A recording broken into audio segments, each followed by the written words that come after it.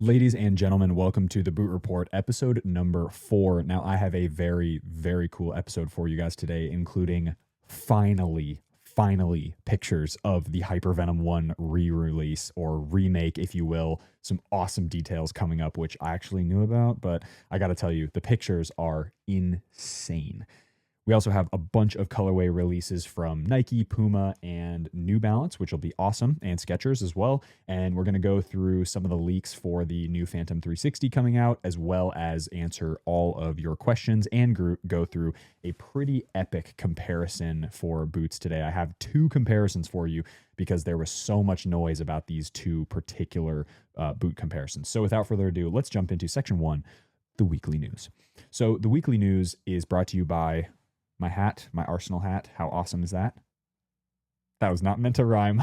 I didn't have this scripted either. Okay, so the Puma Audacity pack, we're going to start there.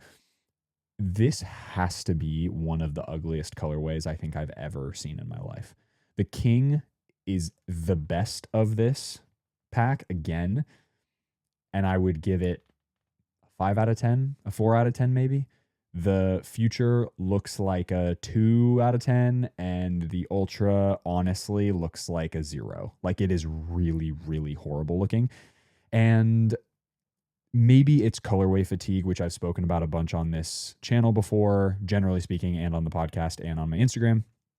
Maybe it's just the color choices are not there, but I would like to see better quality colors less often. I don't need to see 100 releases every year. I don't need to see...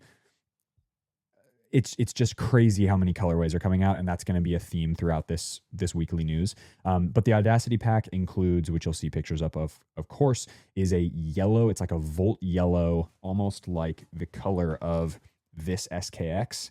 It's like a Volt yellow Future with kind of red, pink, and black accents almost. I think that's what they are. I have to blow up the photo on my screen. Yeah, it's like red accents on it. And they just, I mean, that silo in general is just not my favorite. In fact, it's my least favorite. And so, yeah, so that's like really poor. The red, black, and silver King looks okay. I think with some kits, it would look all right. I think on feet, it probably looks a lot better than it does in pictures. But in pictures, it is pretty horrendous, if I'm honest. And that is just something that is disappointing because the King actually, I think, has the capacity to be a boot that is that really stands out, that's really beautiful. I actually have... Where is it? Oh, it's on the top. So you'll see it like right there hiding in the corner. That is the King that Unisport did the collab with, the mountain pack, or what is it? I think it's like Elevate or something like that. It was claim your peak or elevate to the... Anyway, some semblance of like climb your own mountain and conquer your mountain. That's what it was. Conquer your peak or conquer your mountain. And that one is absolutely beautiful. Like, the silo has capacity to be really, really good in terms of colorways, but this one just... It's sort of mediocre. It's not my favorite, but it's also not horrible like the other 2. And then a camo green. I don't know whose freaking idea this was. A camo green with red and Volt accents for the Ultra. It looked like following up the F1 Japan special edition gold, red, and black with this is just pathetic. Like, just release the Japanese one as a full launch color like that. It just doesn't make any sense to me. Anyway, Puma's making some really cool decisions and some decisions like the Future 8 existing that are just really beyond me. Okay, so that's Puma Audacity pack. I will be getting absolutely 0 of those unless you want to give them to me for free, and then I will sell them immediately because I don't want any of those boots. So thank you. New Balance, with a really interesting and kind of really fun, and it's different, but it's really cool in my opinion. The Energy Rush pack. Now, the Furon is it's like a beautiful kind of pink purple. It's like a lighter purple color that's really nice looking. And then you've got silver accents with a sort of an tangerine or peach orange color that's really nice. So a very interesting colorway. And then you've got sort of the opposite with the Tequila, which is like a light yellow or sort of a yellowy, orangey, tangerine, mango kind of color with some of those deeper purple accent marks.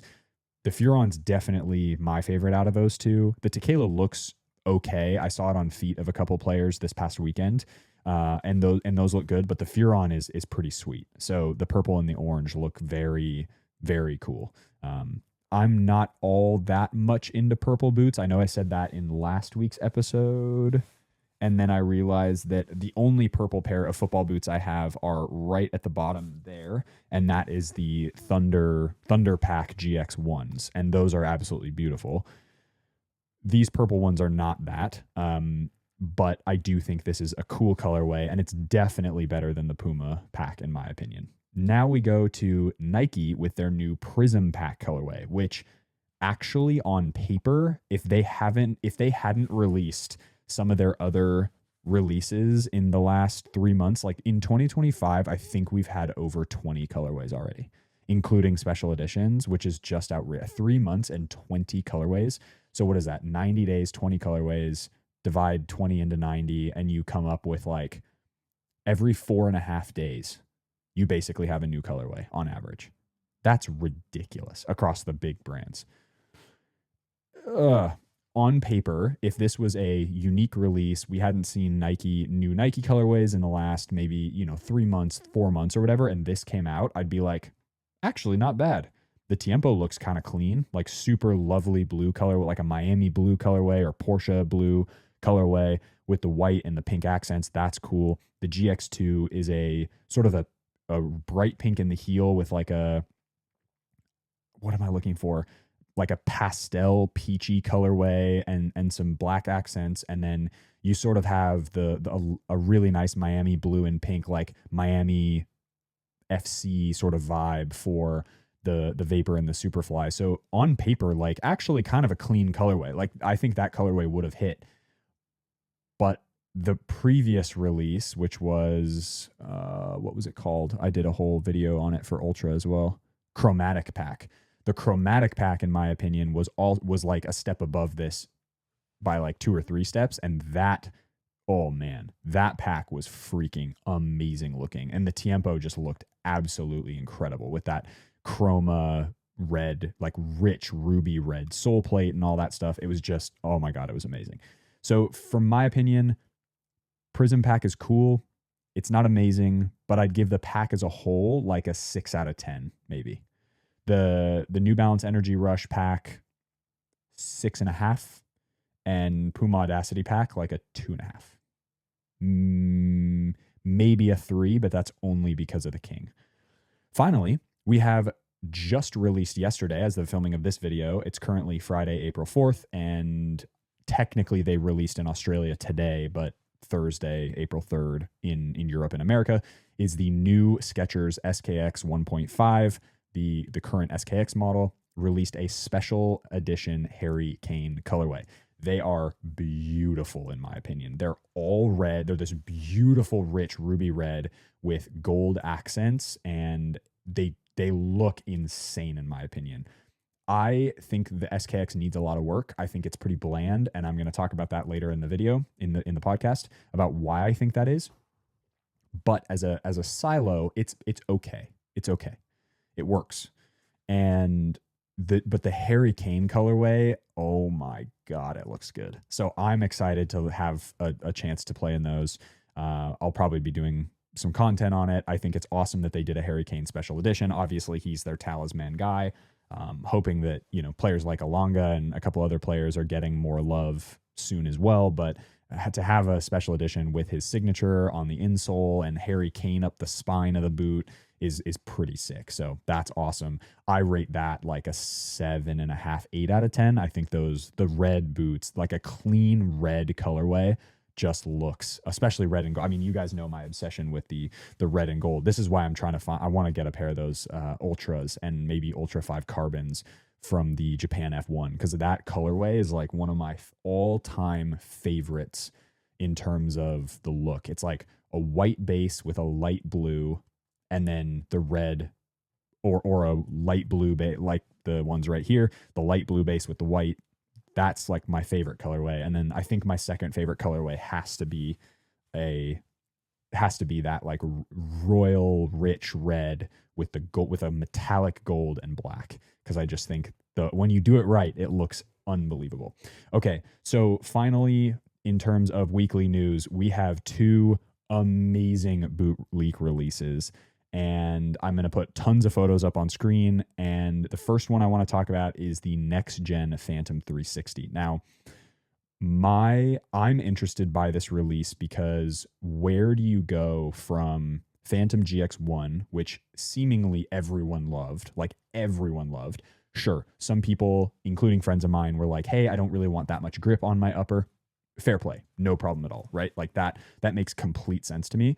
But pretty much everybody who wore them thought they were some of the best boots that anybody had ever had, right? Amazing football boots. Then they go to GX2, these guys, which debatably the upper on this one is actually better. It's one piece instead of two. It's a lot thinner. It just feels really incredible on ball. They've updated it. In my opinion, this is a better upper and a better general shape. I think it's going to fit more people. The GX1s had like an insanely low toe box. So now where do they go other than fixing the sole plate? The problem is I don't think the sole plate, because 360 is still in the name, I do think that they're going to keep aspects of that 360 plate, which if I can grab, do I have one? Oh yeah, I do. Hold on.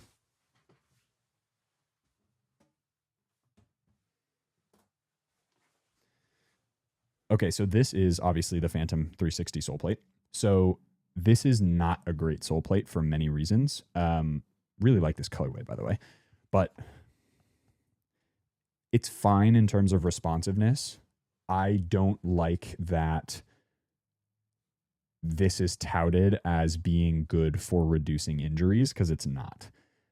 This sole plate, in my opinion, the best Phantoms ever to release are ones that either one had conical studs or two had a combination of conical and chevron studs. We're talking Phantom Venom, Hypervenom 1, and Hypervenom Phantom 3. Debatably, those are the three best Phantoms ever to be created. You could argue Phantom GX1 is up there as well. It had a more aggressive FG stud pattern, but they also introduced the AG model with a sole plate that was great as well. I wore this stud pattern a ton. But creating the FG sole plate is the thing that I think most people are going to be paying attention to. So you can see from the photos, the construction has changed. It actually looks like they've gone back to a sort of zonal grip a little bit in terms of where the grip knit is. At least from the photos, the contrast of the two colors makes it look like what is like in the GX1. So in GX1, this is obviously the purple one I was talking about earlier. See how the grip knit goes all the way to here, but it's sort of like a strip that gets wider and wider and wider. And then that's where you had the little gap in the lacing system area where it kind of covered the last bit of laces. And it was the second layer on top of the fly knit base. And same on this side, right? You had it come into a point on either side. That's what it looks like. So it looks like they've gone back to a more similar design to the Phantom GX1. That's great. However, I do hope they're keeping some of the construction elements from the GX2. I would imagine because both of these boots have been really, really loved and really appreciated, I don't think Nike's going to change the boot all that much. I don't think, practically speaking, the boot's going to have I don't think it's going to introduce any crazy new tech, I wouldn't imagine. The photos that we got from Footy Headlines that were leaked are very clearly a takedown model. Like that's not what the normal one, that looks like a 0.2 or even a 0.3, like a third or a fourth takedown model, because of some of the stitching and some of the way that the boot actually, like what the boot actually looks like in the photos.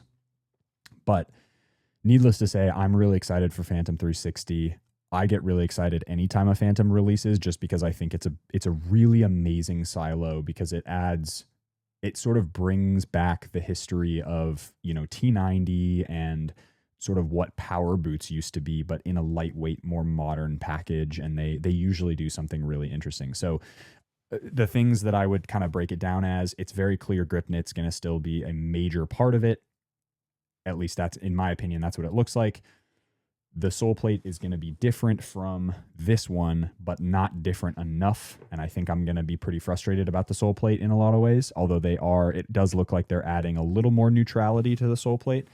And then it does look like it's going to be a little bit more zonal grip like this one, as opposed to a one-piece grip knit like this one. So we'll see kind of what goes on from there. But that's Phantom 360. I will keep you guys updated in the next couple weeks, obviously, if there's any updates on that one. Then the second boot leak that we literally just got today, is the Hypervenom 1 remake. Now, there are a couple reasons why you will know when seeing the photo up on screen, why this is so exciting. Because this was things that I knew about, but it's interesting and it's cool that Footy Headlines is confirming this. They are putting the Hypervenom 3 hyper reactive sole plate on the upper of the Hypervenom 1. This has the potential to be one of the greatest football boots ever made. The Nike Skin upper that was so unique. I get questions all the time. Noah, what is the closest thing in today's modern day to the Nike Skin on the Hypervenom 1? And I don't have an answer. I genuinely don't. There is nothing else like that on them. You could argue actually grip knit is probably the closest thing, but grip knit is thicker by probably double or triple compared to the Nike Skin. The Nike Skin is so thin. It very much is a second skin material. And I'm trying to think of what I've recommended to people in the past.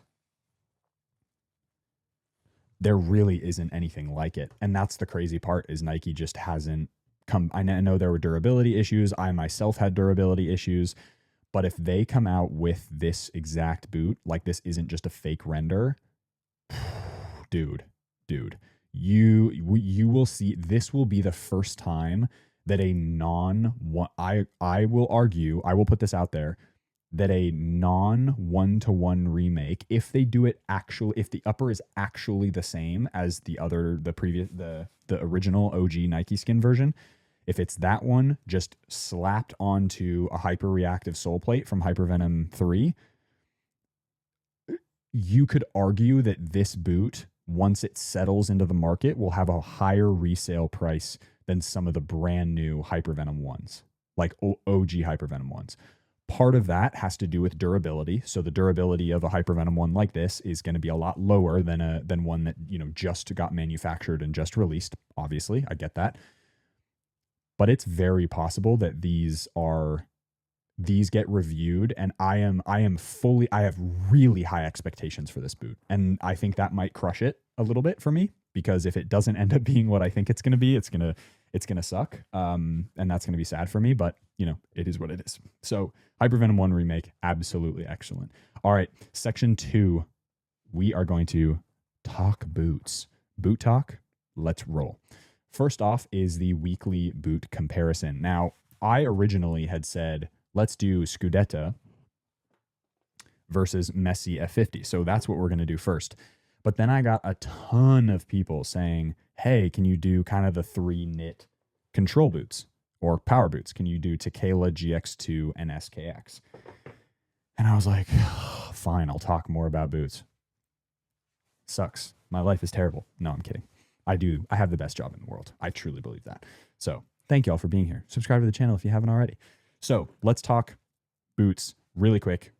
Comparison on the F50 and the Scudetta. The reason I'm comparing these two boots is because these are very, very similar football boots. You have the hybrid touch with the Sprint Frame 360 sole plate, and then whatever they call this sole plate with the BioTouch upper. BioTouch and the hybrid touch are both synthetic leather materials, meaning that they are sort of trying to emulate a very, very thin leather material with slightly more elasticity. That was one of the things that made the original hybrid touch so incredible, was that it felt a little bit like a super thin leather, but it had the elasticity it's the same elasticity that I talk about with all of the new Predator videos. So Predator 24 had the same thing. Predator 25 obviously takes over from that. And basically what I mean by elasticity is that there's this really beautiful stretch, and then it sort of like comes back into its own original shape. And you can break in a boot like the Messi F50, obviously, and the Scudetta. but it feels like it's stretching and molding around your foot, and like a rubber band sort of just like then becomes a little bit taut. And that's different from leather, because leather obviously stretches but doesn't like have that elasticity to it to some degree. So we are going to talk these two first. So we're going to go over, just so you understand, sole plate upper quality, so the actual feel, the upper itself, how the upper feels, the heel area, the general comfort, general performance, the lacings area, and the X factor. So like what actually, God, this hat is giving me, right here. It's got a big ass head, but we got to keep it on. I haven't shaved in a really long time, so my hair is kind of long right now. Maybe we'll put it backwards. How does that look? Ooh, that's actually not bad. Damn, I wish I had my glasses up here. Then I'd really be vibing. Oh, that's all right. Okay. So sole plate first. So I would say for me, the sole plate goes to the F50 on this. The Sprint Frame 360 sole plate is, number one, a lot more responsive. One of the things that I think the Scudetta really struggles with is the fact that you can kind of bend the boots in half a little bit. And there's a lot of structure here in the forefoot area, like a ton, but you can bend the boots in half in the midfoot. That seems a little backwards to me. The biomechanic research that I've done suggests, and this is the same for running shoes as it is with football boots, something like a Puma Ultra 5 Carbon. Notice that I can't bend the midfoot, but I can bend the forefoot. That's because you want the extra support through this midfoot area, but you don't necessarily want this forefoot to be super, super tight or strong or unmoving, because that's the part that your foot has to use. That's the muscle that it's using to sort of bounce off the ground and really get forward propulsion going. So for me, a little bit backwards. It's a nice FG stud pattern. It's fine. It's not my favorite. It would work great on the pit. It does work great on the pitches down here in Australia that are really beautiful and gorgeous grass pitches, but they're really flat, but they're also a little harder. So it's like this kind of does the job of digging into the ground and feeling nice.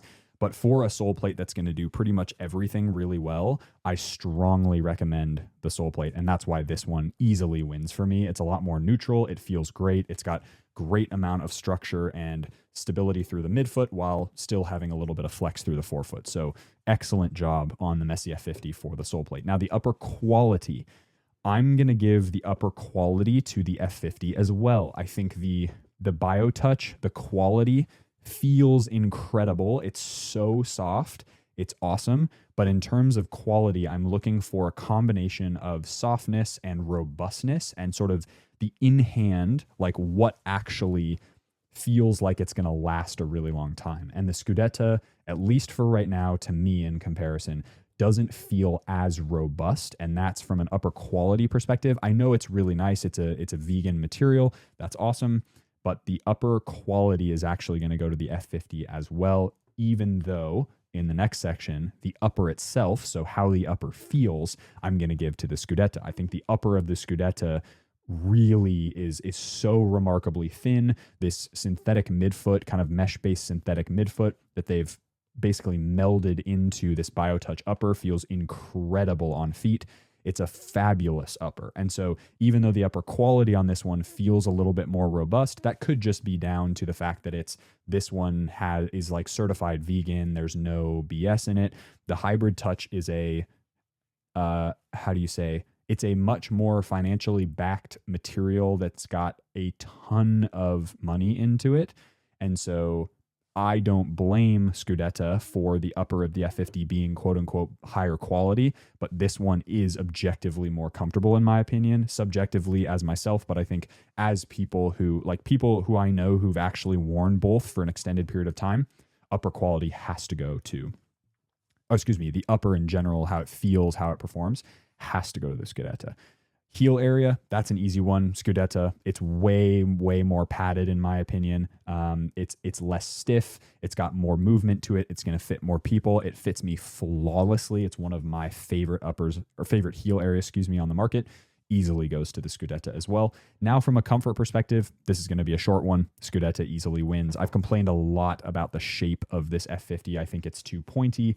It's a little too narrow in my opinion, and it's not really what the F50 shape kind of used to be, especially in that toe box area. It's very, very narrow and pointy. That's the same issue that I have with the regular F50 model with the Fiber Touch upper as well. So up to you guys, obviously, which one fits your foot the best. I mean, the general shape isn't all that dissimilar. Like if you really look at both, they look pretty similar. But the Scudetta just has a lot more ability to sort of stretch and mold in that toe box, and it's not as rigid in terms of when you get your foot in. So Scudetta goes to comfort as well. Now, from a performance perspective, you could argue that the F50 is a better performer in terms of having a more robust upper.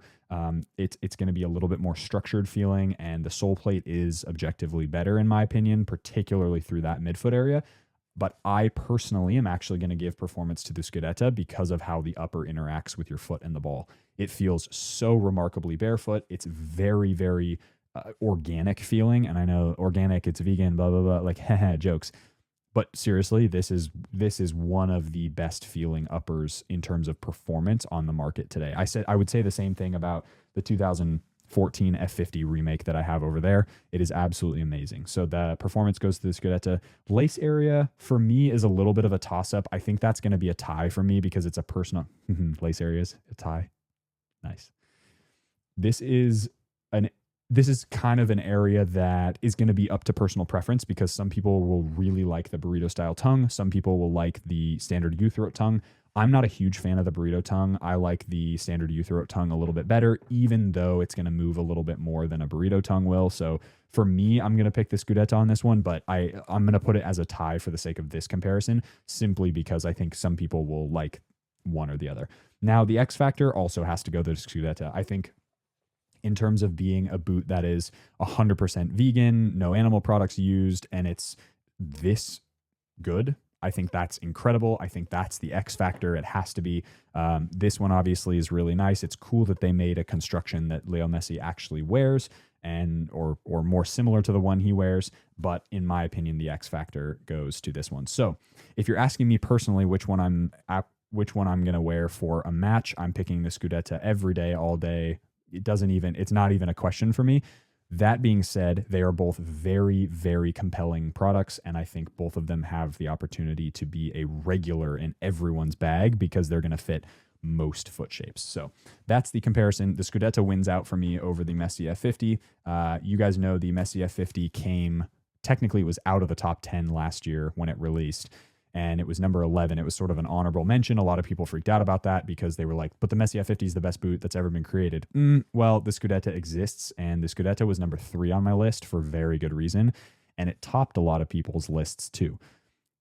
So that's my thing. Okay, next to the recommended comparison, we are going to go over the SKX, which I have here. This is the first generation SKX, by the way, not the 1.5 edition. The 1.5 I have right here. So assume I'm talking about the 1.5 with the updated knit, but I just like this color better and I want it on camera. And then I have the New Balance Tequila version 4 Plus and then the GX2. This happens to be an AG model, but you could replace it with the FG model. And for the sake of this comparison, maybe I will actually replace that with the FG model because I want to talk about the FG sole plates across the board as opposed to like putting it in with the AG sole plates. Get a drink of water. Grab a drink of water for yourself really quick.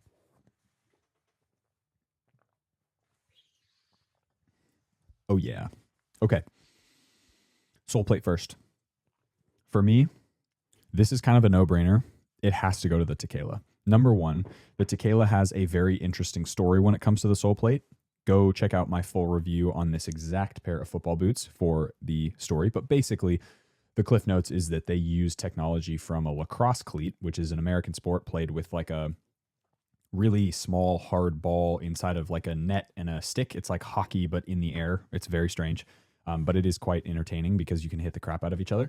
So they've used lacrosse cleat technology in here with those rim studs, these like TPU rim studs. And this sole plate is really unique and it's very comfortable. It's got really nice flex, really stable through here, really nice flex in the forefoot, and it just does everything really well. Feels super balanced. So easily for me, this is the winner. The Cyclone 360 sole plate is fine on FG, but it's a little meh. And then this one is the SKX sole plate feels okay, but it's really unbalanced with the upper because the sole plate carries a lot of weight, and so it just feels too stiff. I think it's a little too stiff. So sole plate goes to the Tequila. Upper quality. Now, I think you could argue that across the board, assuming the SKX is the 1.5 edition, that each one has their own nice quality to it. I would argue that the Tequila does feel, and the SKX do feel, the knit material feels incredible. However, I'm going to give the quality to the grip knit because I think grip knit is just, when you feel it in hand for the first time, it's like, whoa, this is something special and something different. The knit on the tongue feels very, very dense and very high quality. And I think the upper quality has to go to the GX2. And now moving on to the upper, so how it feels, how it performs. I think you could make an argument, in my opinion, I don't think the SKX is quite there, but I think you could make the argument that the Tequila actually has the best in terms of upper comfort and quality, or sorry, not quality, but upper comfort and sort of that on-ball experience and on-feet experience. Personally, I still am going to give it to the GX2 because I think the GX2 and the grip knit is such a unique experience on feet. And the upper is just, it's a one piece and it's got grip and it's got water resistance and it's amazing. I love this boot. I think it's so incredible to wear, even though I think you could argue that in terms of just the quality and the softness of the knit, this is actually the softest on the market. Furon is the same way. They're based on the same hypo knit upper. Now moving on to the heel area, I actually think the SKX has the best heel. This is pretty neutral. It's going to fit most people, but it is a little bit too neutral. Like it's not as locked in and doesn't feel as specific as previous Phantom models and previous Nike models. Even though the Tequila heel feels fine for me, a lot of people complain about the shape of this heel area. You can see how crazy it like kind of arcs in, and a lot of people find that they're getting blisters and stuff on this football boot, as well as the Furon, at least the Furon version 7 plus. But this current generation Tequila, a lot of people complain about blisters in the heel, whereas the SKX, number one, look how lovely and condensed and narrow it is. That is amazing. That means it's going to fit, I think, most people. It fits me perfectly. I love the heel on the SKX. So the heel area goes to the SKX, really no question, in my opinion. Second place for me is the GX2. Third place goes to the Tequila, unfortunately. Now moving on to general comfort. I would say that for most people, and for me in general, the boot that actually just is so comfortable when you put your foot into it straight away has to be the Tequila version 4. It is very comfy. It comes in wide and in standard fit variations, which is different from the other two models, which is awesome. And then it also, this hypo knit is just ridiculous. Like they've left it pretty raw in terms of, okay, just the hypo knit, and then we put a little bit of that polyurethane coating over it, not too much, but just enough to give it some sort of weather resistance as well as a little bit of structure. And man, the hypo knit, I say the same thing about the Furon. They are just so ridiculously comfortable, and the knit just molds perfectly to your foot right away. So easily on comfort. Now, in terms of performance, I'm going to give it to the GX2 because GX2 just has that something different with the grip knit. It's something special. It's something interesting. And I do think that for most people, they're going to find that when you look at performance, I think from a lockdown perspective, I think from a on-ball experience, the GX2 is going to win out. Now moving on to the lacing system area, I'm going to actually bring in this 1.5 edition because I want to really highlight this. But I think the new knit material on the SKX 1.5 or the lacing system area here on the Tequila are going to be the best. That being said, I do understand the argument for the GX2 because the lacing system area is off center. So you do get a better striking surface, a larger striking surface. But I would say that I'm actually going to give it to the SKX because I think the SKX has the most depth and breadth for a lacing system area. It's the most neutral, and it's going to be the kind of the most of all the worlds, if you will.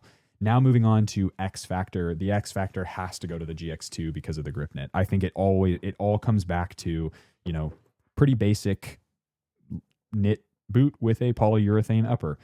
their interpretation of a pretty basic knit boot with a polyurethane upper or polyurethane coating. And then there's this, which is like individually coated yarns woven then together to create this grip knit material. It's freaking ridiculous. It's a small change that's probably ridiculously difficult from a manufacturing perspective, but it is excelente. So those are your 3 comparison boots. So if we look at Tequila has 2 points, the SKX also has 2 points, and the GX2 has 4 points. So the winner is the GX2. Let me know in the comment section below which one is your favorite out of those 2. And then I'm also curious to know whether you would like the F50 or the Scudetta. Okay, so section 2 of Boot Talk. The winner for hashtag Wear Your Boot Wednesday on Wednesday, wherever it is Wednesday your time. I want you to go onto your Instagram, take a photo of you actually wearing the boots. They can be just of the boots themselves on feet, or they can be a picture of you playing, whatever it is. Doesn't matter to me if you don't want your face in the media, no problem. But use the hashtag Wear Your Boot Wednesday, tag me, I will repost you, and then there is always a winner. And this week's winner is really cool. It's at the Boot Pundit with an epic shot of 3 homies wearing matching Predator Elite 25s. They all have the non-FT regular laced version, and they're sort of standing just in a circle. There's a Select Brilliant Super under one of the guy's feet, which is one of the greatest footballs ever created. And this photo is just iconic. It's freaking awesome. And they all are wearing the same colorway with the same pair of boots, and it just looks awesome. So congratulations to Boot Pundit. Thank you for your submission. Winner. Maybe at some point, maybe there'll be a weekly winner that I can create some sort of merch for. Do like a giveaway, grip sock giveaway maybe, or something like that. I'll have a think. Okay, really quick, we're going to get into performance breakdown, some pro versus retail models, and then boot culture and trends. So performance breakdown, I just wanted to be really quick with this because a lot of people have asked me to do the Predator 25 Elite Laceless playtest. I did do it on Wednesday of this week, so it's been filmed. It's ready to rock and roll. Kelvin is just working through the edit as we speak. He's got a huge backlog of footage because I am just working my tail off to try and get as much content out as possible. And so a couple notes on the Predator 25. They're just going to be cliff notes, and some of you might be kind of surprised because in the past you've heard me say laceless boots really aren't the thing. The thesis of that video, still go and watch it obviously, but the thesis of that video is still not up to par with the laced competition. If you take the Predator laceless and the Predator laced model and you put them side by side, the laced model is going to have objectively more in terms of performance. It's going to be probably more comfortable because it's not a predetermined shape with the knit and no ability to adjust. So you'll be able to do micro adjustments with the laces, obviously over time as you continue to break them in. However, that's about I think that was like the 3rd or 4th time that I had worn them, but about the 2nd time that I had done like a proper session in them. And they are much better than most of the other laceless boots on the market. And I name all 5. Let's see if I can do it right now. So you have Tequila laceless, you have F50 laceless, and F50, F50 plus, same. You have Predator laceless, Copa laceless, Imotana DNA laceless. What am I missing?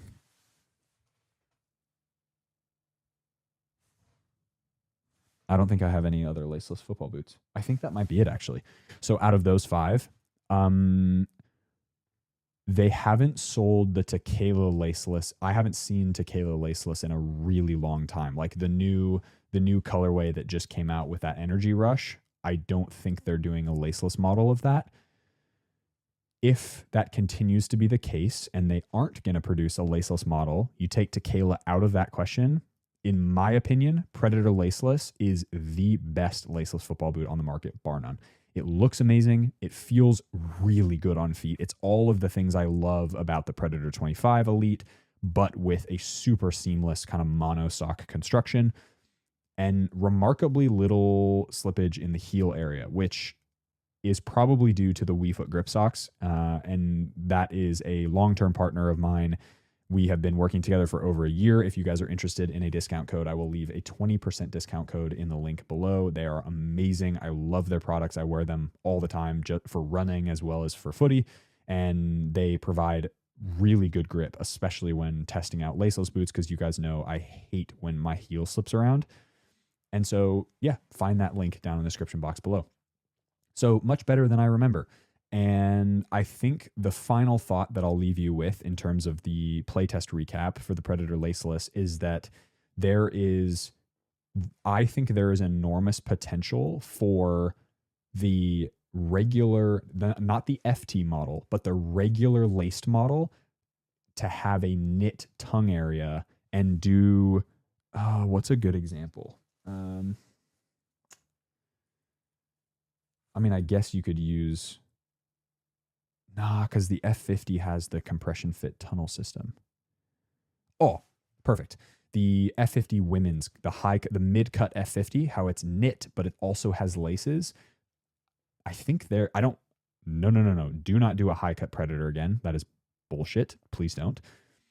But can Adidas put together a low-top, knit tongue, hybrid touch, laced model?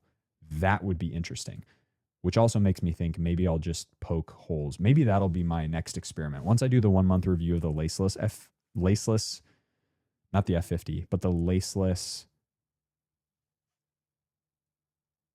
Predator. Why can't I think of that? Laceless Predator. Look at me. Maybe I'll put some laces in it. That would be kind of cool. So that is the recap.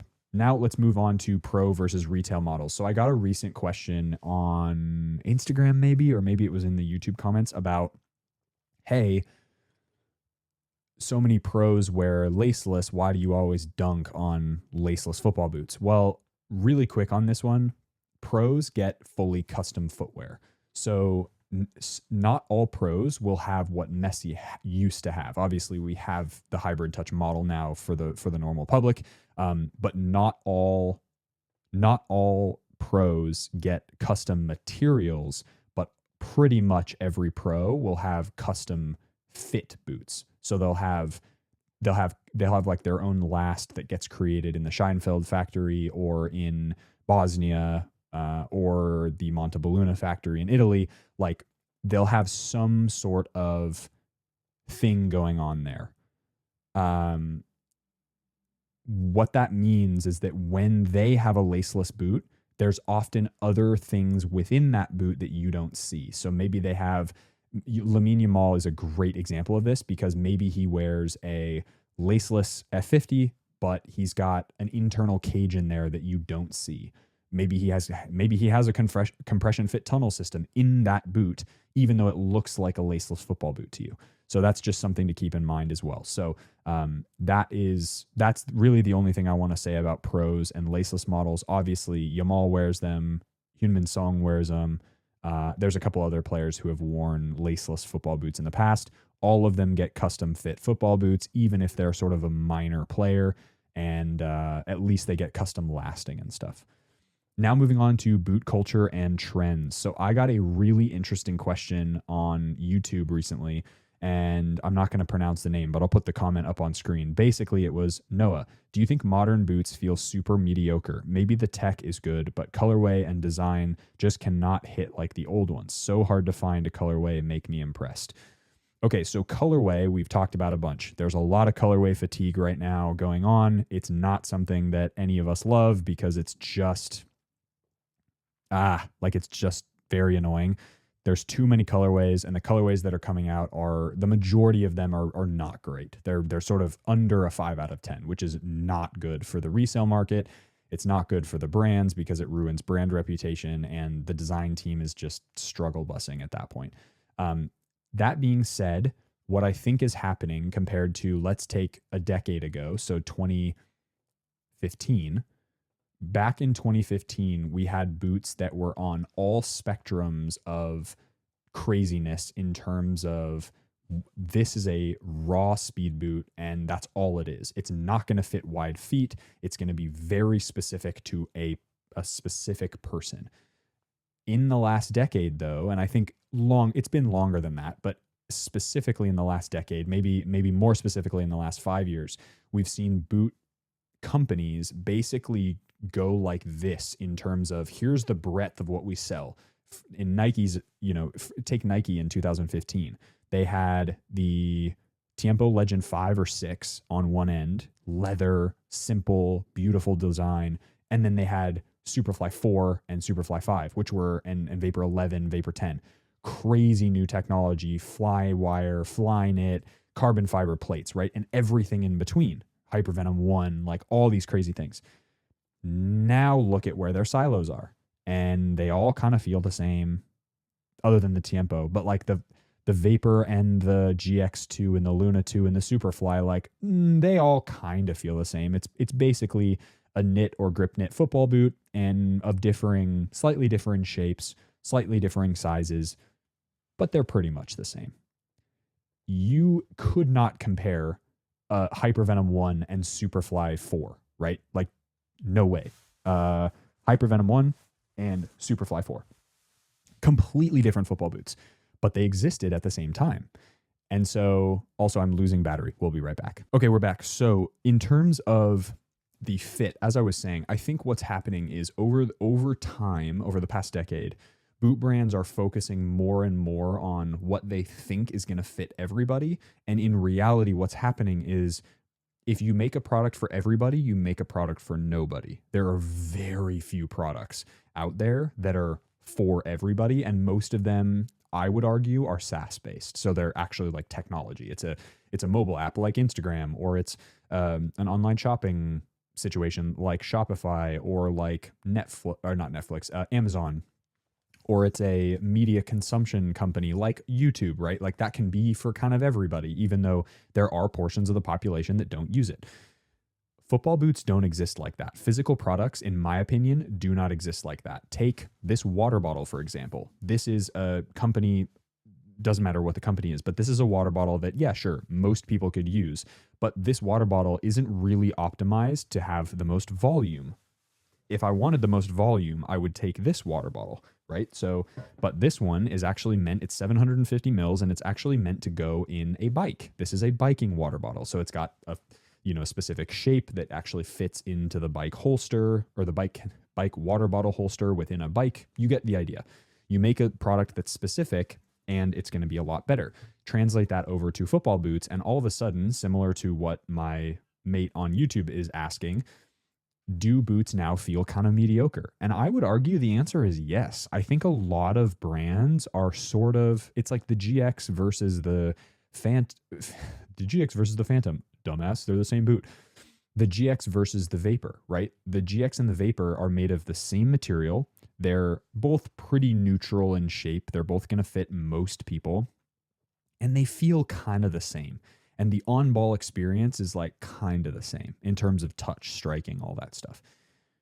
But again, 2 years ago, 3 years ago, and then even more aggressive, 10 years ago, a decade ago, those two silos were completely different. So it's an interesting kind of boot trends seem to be going towards, like, a lot of brands are sort of consolidating and going to like the boot that they think is going to fit everybody, which in my opinion is really stupid, because that's just not how products should be made, especially not within the same, because then you're basically alienating yourself.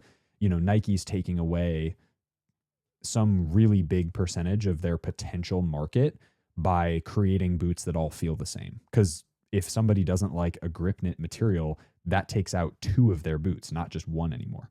So that's what I mean. So great comment, great question. Let's move on to section 3, which is the market report. Okay, so market trends. Really quick comment on this. More colorways coming out from the big brands means saturation in the market, which is with a lot of kind of BS colorways that we don't really want or need. Unfortunately, colors just don't hit like they used to. There's two reasons for that. One is that the colors objectively aren't as good anymore. And number two is that there are so many colorways, it becomes a situation where the colorways just aren't, they're just not the same anymore, and they're sort of they're coming out with colorways so quickly that they end up running out of the quote unquote good colorways, which is kind of annoying. So that's kind of in terms of market trends. They need to start slowing down, because they're getting to the point where, you know, Puma's releasing the Audacity pack, which is just freaking hideous, and it just doesn't do anybody any good. Some notable boot surfacing. So I have seen now 2 pairs of brand new Hypervenom Phantom 1s. I wanted to bring up the Hypervenom Phantom 1, obviously, to complement the remake that we just finally got photos of. So the electric yellow and purple colorway has come out on Revival Boots. So at Revival Boots, they're actually in my size, so I am considering buying them. But they're made in Italy, which is really, really cool. The other pair that I saw comes from Castro Cleats, at Castro Cleats 10, I think. And they're also in my size, and they are the peach and orange and white colorway, which is really, really cool. So 2 very cool Hypervenom 1. And then in terms of limited edition releases, as we talk about the market report, the Hypervenom 1, I cannot be more excited for this. I think this is going to be a monumental shift in how we see remakes, because how cool would it be, you know, Nike taking 2 different parts of football boots and putting them into the same boot of products they've already released is really cool, in my opinion. Like, imagine the upper of the Vapor or Superfly 4 of Superfly 4 over here on the sole plate of Vapor 11, right? Like, how sick would that be? An iconic upper with an iconic sole plate from a different generation. You look at like the Tiempo Legend 9 upper on the Tiempo Legend 5 or Tiempo Legend 4 Elite sole plate. Like, how sick would that be?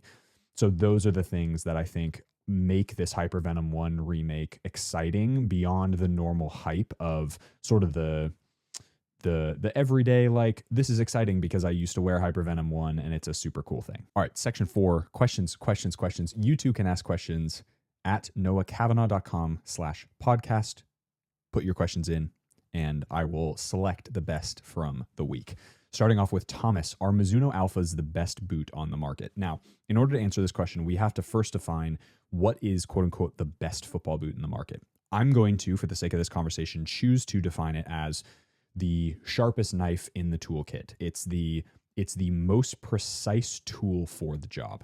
And in my opinion, I would argue that the Mizuno Alpha is kind of the best overall boot, as long as it fits you. Obviously, that's a subjective thing. But if it fits you, I would argue the Alpha has to be in the top 3 of objectively just the best, the sharpest tool you could use for a game of football. They're responsive. They fit really well. They're super snug. The touch on the ball is amazing. The ping you get is awesome. It's kind of barefoot feeling. They're going to last a really long time, et cetera, et cetera, et cetera. So anyway, that's my take. Apologies, I'm going to mispronounce this name and maybe one other. Moad. How can I test a lot of football boots without spending lots of money? Well, you don't have to, because that's what I am here for. If you are interested in starting your own YouTube channel, that's a whole nother can of worms that we're not going to open on today's episode. However, you can download my size guide. You can watch any and all of my videos, and I am doing the testing for you. That's the whole point of a review channel, is that I'm doing the testing so that you don't have to.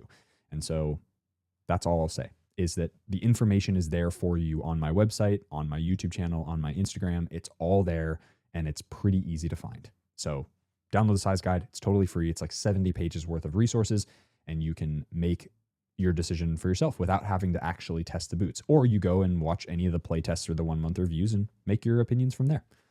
Blake asks, hey, I know you love the Puma Future line. Nice. Should they kill it off, or what changes need to be made to make an actually decent boot? Okay, so they need to kill it. And the reason they need to kill it is because the Puma Future line isn't consistent enough across every single future generation in order to keep the line. Tiempo is a mistake because Tiempo 10 is not a Tiempo anymore. But if you were to take Tiempo 9, 8, 7, 6, 5, 4, 3, 2, 1, those are all Tiempos, and they are all deserving of the Tiempo name. I would say the best example of this is the Vapor.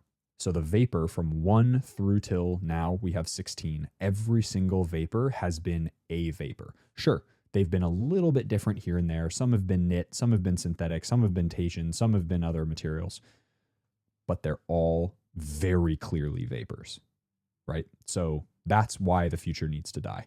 Blake also asked a second really quick question. You only can bring back one boot. Do you bring back Tiempo Legend 5, Hypervenom 1, or Puma Evo Power?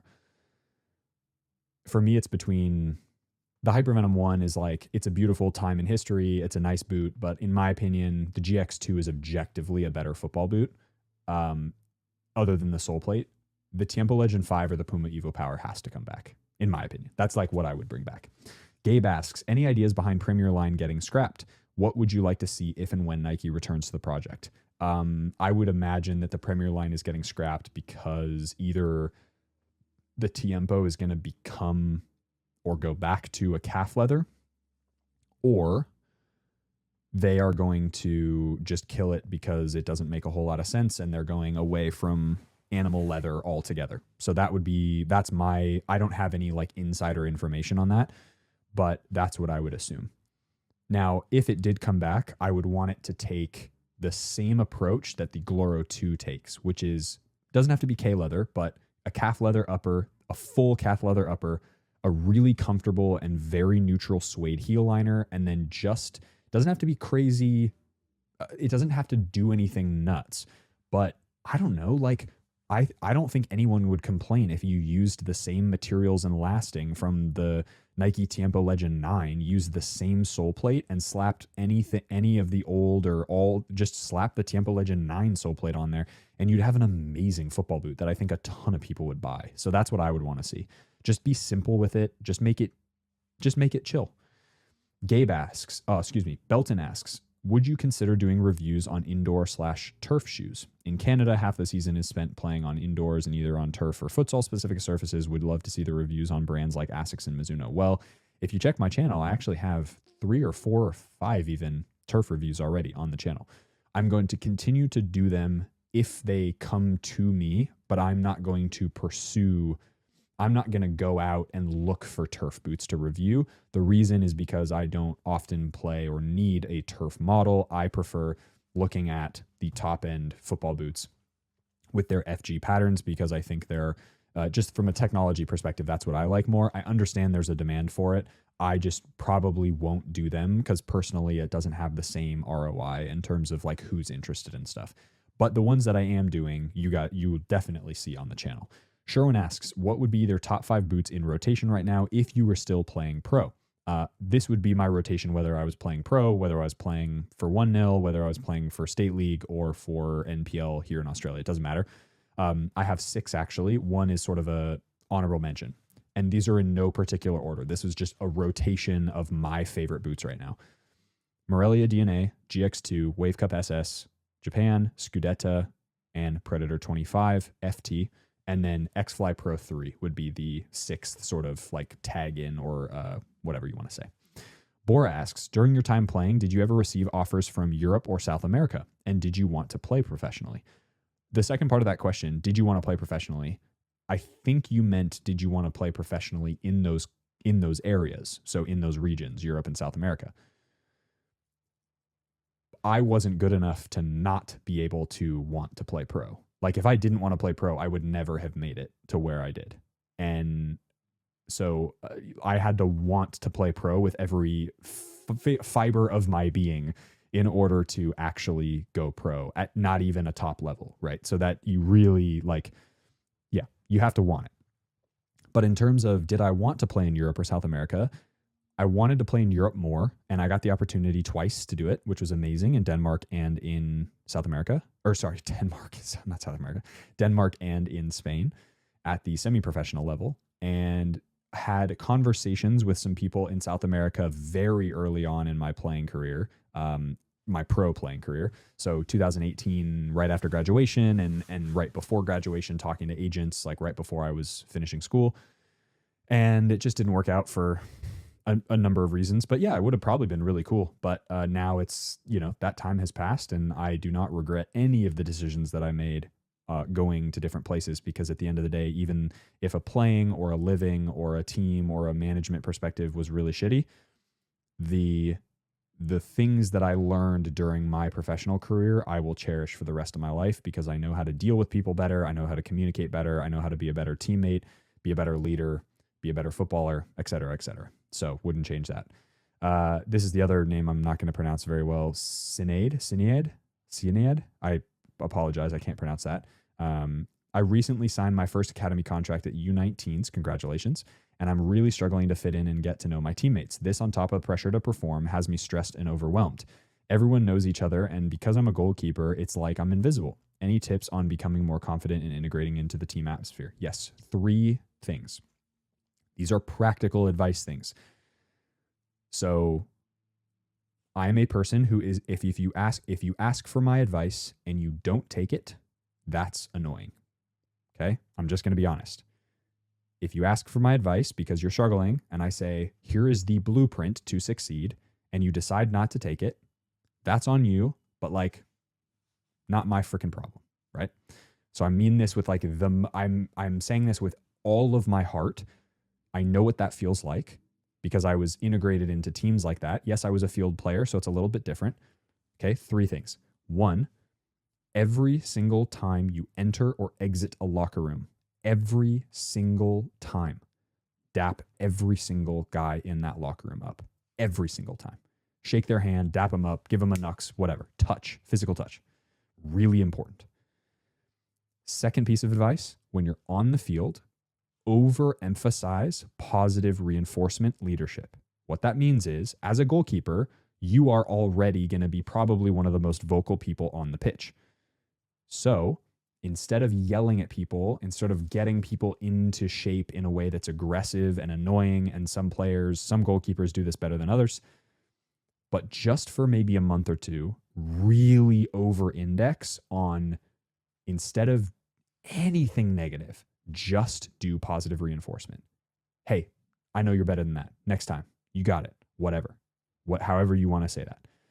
The third thing is this is the thing that has been the best for me in terms of long-term relationships with people and learning about businesses of my teammates and all that stuff.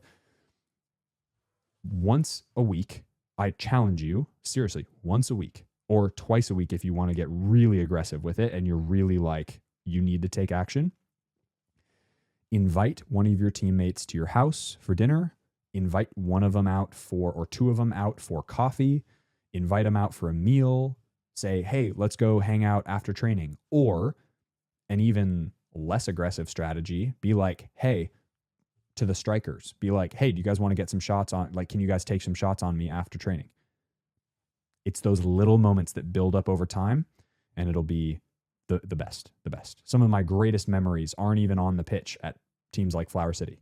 They are and at Michigan, which was debatably one of the hardest environments I've ever been in terms of like a team environment and management and stuff. But the best memories from that time were with hanging out with my teammates outside of the football pitch. And it helped me get to know them better. And we still stay in touch, some of us, even today. Hamza, last question here. If you had to stay with one pair of boots for the rest of your life, what would you pick? The easy answer is Hypervenom 3, but let's assume that that's off the table because that's sort of like everybody knows Noah loves the Hypervenom 3. My pick for the rest of my life would be the Mizuno Wave Cup SS Japan. They are that good. And they're so comfortable and neutral that I'm never going to have to worry about like, technology getting outdated. They're just perfect. They're the most premium K leather upper, incredible football boots. And that would be my answer. All right, guys, that is episode 4 for the Boot Report. Thank you so much for joining me today for this episode. I hope you guys enjoyed it. If you did, hit that like button, subscribe to the channel if you haven't already. Links down below for some of the boots I've talked about today, as well as a 20% discount code for the WeFoot grip socks. As always, be awesome. Take care. I'll see you guys in the next video. Also, go Gunners.